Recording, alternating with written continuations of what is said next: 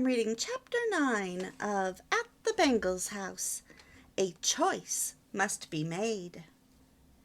Everyone on Billy Bangle's paper route said he was the best paper boy they had ever had. That is, everyone but old Mrs. Pettingill.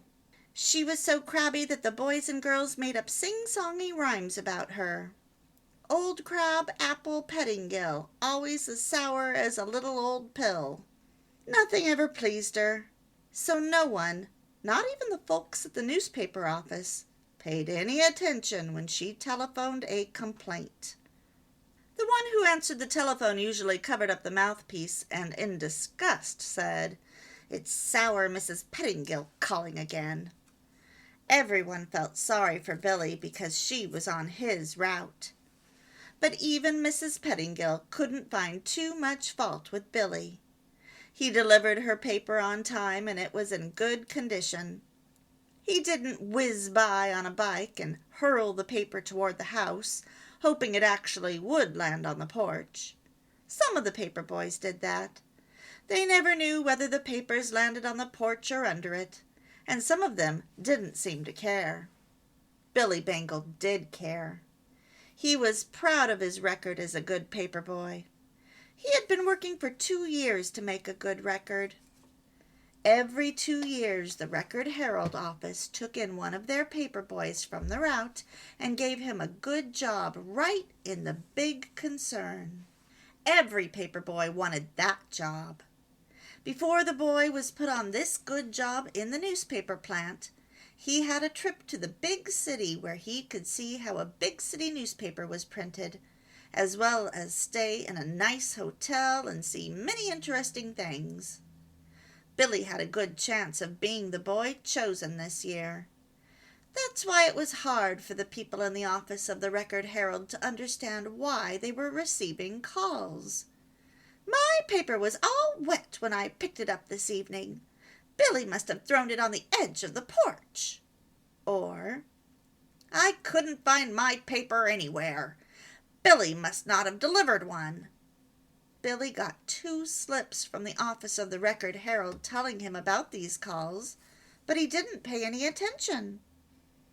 Then one day Bill Schmidt, the managing editor of the paper, called Mother Bangle and said, "I don't like to do this, Mrs. Bangle, but I thought you'd appreciate it. You know, Billy used to be one of our very best boys, and I personally thought that he'd be the one chosen for the job here at the office. But lately, we've had complaints about him. Do you know what's the matter?" "Why, no, I don't, Mr. Schmidt. But I certainly thank you for calling me. I will see if I can find out what's troubling Billy. He's been grand here at home. Let me know if you get any more complaints." Billy had been grand at home. Not saucy like he had been for a while, and he didn't quarrel with Patty so much, or tease Joey quite so much. It was a relief to Mother Bangle to have him act a bit more grown up. It was bedlam when Billy acted up. He was so loud and noisy, and when he teased Joey it always made him cry. Mother Bangle didn't say anything to Billy that night. She wanted to think this thing through. But she did talk to Mr. Bangle. Mother and Daddy Bangle talked everything over, and then they did something about things like this before they took any action with the children. They prayed about it. A couple of days later, Daddy Bangle asked Billy, in an offhand way, "Do you think you'll get that job at the Record Herald?" "Sure," answered Billy, as confident as could be. "Sure, I'm the best paper boy they have. Mr. Schmidt told me 3 months ago that I was one of the best ones." "Do you want that job, Billy?" "Boy, I sure do. Who wouldn't? That's a keen job. I can learn all about newspaper work. Pete Alford ran the high school paper just because he had that job. Maybe I can run the high school paper too when I get to high school if I get that job." "And you'd like that trip?" questioned Daddy Bangle. "Boy, would I! Why are you asking me all these questions, Dad?" Billy began to suspect that his dad knew about the slips he had gotten from the newspaper office telling of his failure to deliver the papers and of the late delivery of others. I just want you to know, Billy, that when we're working towards something or when we're in a race, it isn't only what we do at the beginning that causes us to win. It's the way we run all the way through, right up to the goal line. Lots of fellows start off with a bang, but they don't end up the winner. Billy looked at his dad and then buried his head in the book he was reading. But Billy didn't read for a few minutes. He was thinking, Dad's always preaching at me. I'm not in any race. But as he thought about it, he realized that trying to get that good job was like a race. It was a race with the other newsboys to see who would win the good job and a trip. It was just the next day that Mrs. Pettingill's paper wasn't delivered on time. When she called the newspaper office, she was very angry. It seems that ever since he has that other boy with him, he's never on time anymore. I like my paper early, and if I can't get the Record Herald on time, I'll cancel my subscription. When Mr. Schmidt called Mother Bangle to tell her about this complaint, he mentioned what Mrs. Pettingill had said about the other boy being with Billy when he delivered papers. Mother Bangle couldn't imagine who Billy was taking with him on his paper route. Mother Bangle decided that she'd better have a talk with Billy, so that night when he was drying dishes, he had to dry them only once a week. She said, "Who goes with you on your paper route, Billy?" "Jimmy Fetterman." "Do you think it's a good idea to take someone with you?" "Jimmy helps me." "Every night?" "Sure.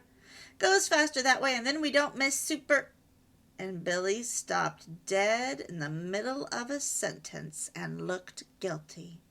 "Go on." "Well, Mom, you know Dad won't buy a television, and there are lots of good shows on them, so I... Go on, Billy. You may as well tell me the whole thing," prompted Mother Bangle. So Billy told her how every night he hurried over to Jimmy's house to see some television shows, and then Jimmy helped him deliver his papers. They delivered them as fast as they could, so Billy knew the job wasn't being done too well. "Billy, you said a few minutes ago that Daddy won't buy a television, but that's not quite true. We're praying about it. We want to be sure that it will help us in some way and not hinder us from being as good Christians as we can be. You see, Daddy and I are responsible to God for you and Patty and Joey, and we don't want anything in our home that doesn't help you build good Christian character. If we had a television, which we may have someday, we would want to watch carefully that we did not look at it so much that we didn't have time to do some worthwhile things. And we'd want to look only at those things we wouldn't be ashamed to have Jesus see us looking at. Daddy and I have talked hours about this TV business. Now, will you answer some questions, Billy? Why isn't Trudy Nielsen, who has such a lovely voice, singing in the junior choir anymore?" "I don't know. I haven't seen her there for a long time." "I'll tell you why. Her mother told me that she has several TV shows she just must see, and she hasn't time for everything. So instead of singing God's praises, and at the same time getting her voice trained to use it for Him later on, she sits 3 hours every night looking at TV shows. I think she'll be a sorry girl someday, don't you? And Billy, why doesn't Jimmy have his paper route anymore?" "'Cause he doesn't have time. He has too much schoolwork," replied Billy. But he had time for his schoolwork and his paper route before he had TV, didn't he? I happen to know the money he'd earn on his paper route would help the Fettermans just the same as your money helps our family budget. Then, too, Jimmy is not learning, while he is still a boy, the value of time or how to work. These two things would help make him a better businessman when he grows up. Billy was really thinking now. Mom has something there. Jimmy doesn't even get good grades as he used to. But Billy didn't say that out loud. And then Billy remembered something else. Pee-wee Simpson used to play the trumpet in the band. He liked to play and had been getting along real well when one day Billy heard the band leader say to him, "Your playing isn't what it used to be at all. Are you practicing as you should?" And he had answered in a disgusted tone of voice, "Who can practice anything at our house? Dad or Mom is always looking at TV. The minute Janet goes to the piano or I take my horn, they call, 'Cut out that noise, I'm watching this or that.' It's too bad when a fellow can't even practice his music." It wasn't too long after this that Billy had seen Pee-wee in front of the bowling alley, and someone had told him that he hung around there all the time now that he'd been kicked out of the band. The next evening, when Patty and Joey weren't around, Mother and Daddy Bangle talked with Billy. Daddy said, "Your mother and I talked over this TV problem last night, and we've decided that you'll have to make a choice. Do you want to give up your paper route so you can watch TV shows? Or do you want to keep your paper route and deliver your papers yourself on time and in good condition, as you used to? It's entirely up to you. You don't need to answer us right now. It's a big decision, so you better think it over." "I don't want to give up my paper route. I wouldn't have any spending money, and I wouldn't have the chance for the job in the newspaper office and the trip. I wouldn't give all that up for any old TV show. I thought I could do both. I guess I can't." "You'll find as you go along in life, Billy, you'll have many choices to make. I hope you'll always choose as well and as wisely as you did tonight, son," said Mother Bangle. "I think he will," said Daddy. And do you know, Billy sort of thought he would, too.